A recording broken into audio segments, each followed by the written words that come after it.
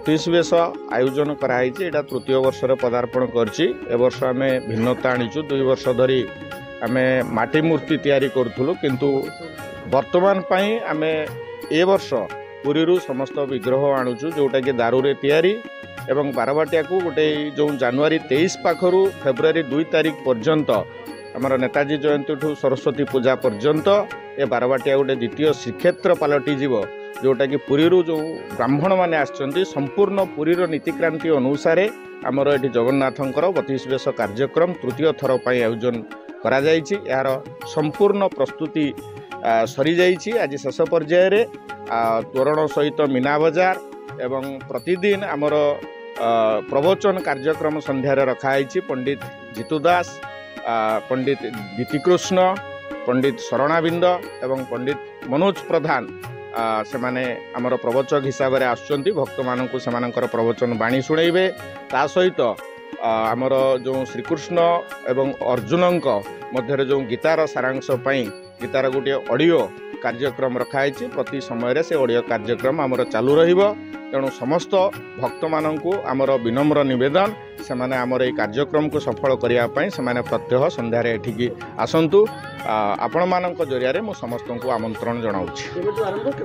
आमर जनवरी 23 पाखरु फेब्रुआरी 2 तारिख पर्यंत ए कार्यक्रम चालू रहिबो।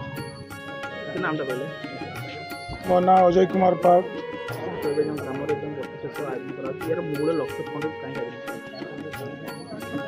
अति आनंदर कथा जहाँकि माटी आम जन्म नहींचु माने प्रथम ये माटी को आम शतकोटी प्रणाम धन्यवाद जनइबा जे बारबाटिया भाई गाँव में गोटे निपट मफसल गाँव में ये महाप्रभुंर 32 बेश आम स्वप्न के आशा कर तेणु ये सब प्रभु इच्छा ना ये सब हुए तो ना निश्चित कथा तो जहाँ ना कहीं जो मैंने अल्प बयसर पिला आम पछरे अच्छु आम सहयोग बेसी किसी करूना जो आमर अल्प बयसर पिला जाकि आमर ये देवव्रत जो सार अच्छा देवव्रत दे सुब्रत हूँ आमर एवं सरपंच प्रतिनिधि से दायित्व से काम तुलाऊँच पाखे आम सहयोग करुचु ग्रामवासी समस्त सहयोग करुँच।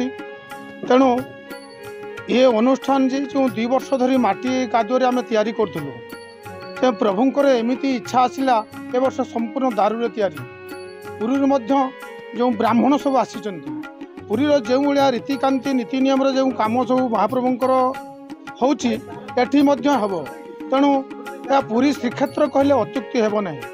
तेणु समस्त जो भक्त मैंने आज आसी हजार हजार संख्यार आसी जो पुरी न जाई आम जो लोकाल ग्राम होची ये बारबाटिया श्रीक्षेत्र भावी नियंतु तो समस्ते ये आसी सहयोग करंतु ये अनुष्ठान को साफल्य मंडित करंतु। मु श्री ज्ञानरंजन पाल।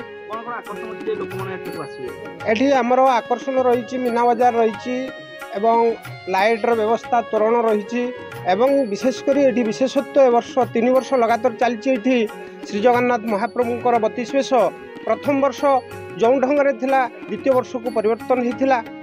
प्रथम वर्ष होता आमर माटी तैयारी होता, द्वितीय वर्ष को माटी तैयारी होता। प्रथम वर्ष जो सेवायत मैंने आसते से सब इस्कन वाला आसते इस्कन धर्म चलता और इस्कन द्वारा जो सेवा सब महाप्रभुंर होता।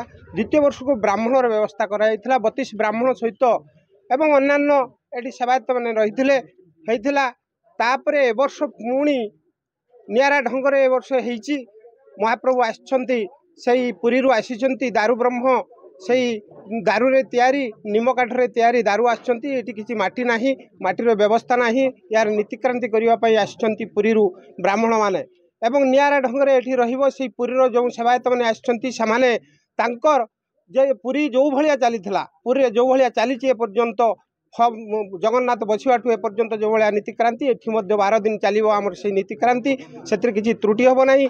एटी प्रशासनिक व्यवस्था मध्य रही सुदृढ़ रही सब प्रशासनिक व्यवस्था रही फायर पार्टी मध्य रही एटी चोरी न होवा पई मीडिया बंधु मैंने कहते चोरीर कौन व्यवस्था होती आम भलेंटियर पार्टी रही 100 भलेंटियर पार्टी रही से सहयोग रही सहयोग करेंगे संपूर्ण सहयोग करेंगे राति तमाम दिन संध्या 7 रु राति सारा ये सहयोग करेंगे एवं एक ग्रामर समस्त ଗ୍ରାମବାସୀ ପଡ଼ୋଶୀ ଗ୍ରାମର ଗ୍ରାମବାସୀ ଏବଂ ଆମର ଏଠାକାର ସରପଞ୍ଚ ଏବଂ ଦେବବ୍ରତ ଦେ ଏବଂ ଗ୍ରାମର ବାରବାଟିଆ ଗ୍ରାମର ସମସ୍ତ ଅଧିବାସୀମାନେ ପୂର୍ଣ୍ଣ ସହଯୋଗ କରୁଛନ୍ତି ଏ କାର୍ଯ୍ୟକ୍ରମକୁ ସଫଳମଣ୍ଡିତ କରିବା ପାଇଁ ଏବଂ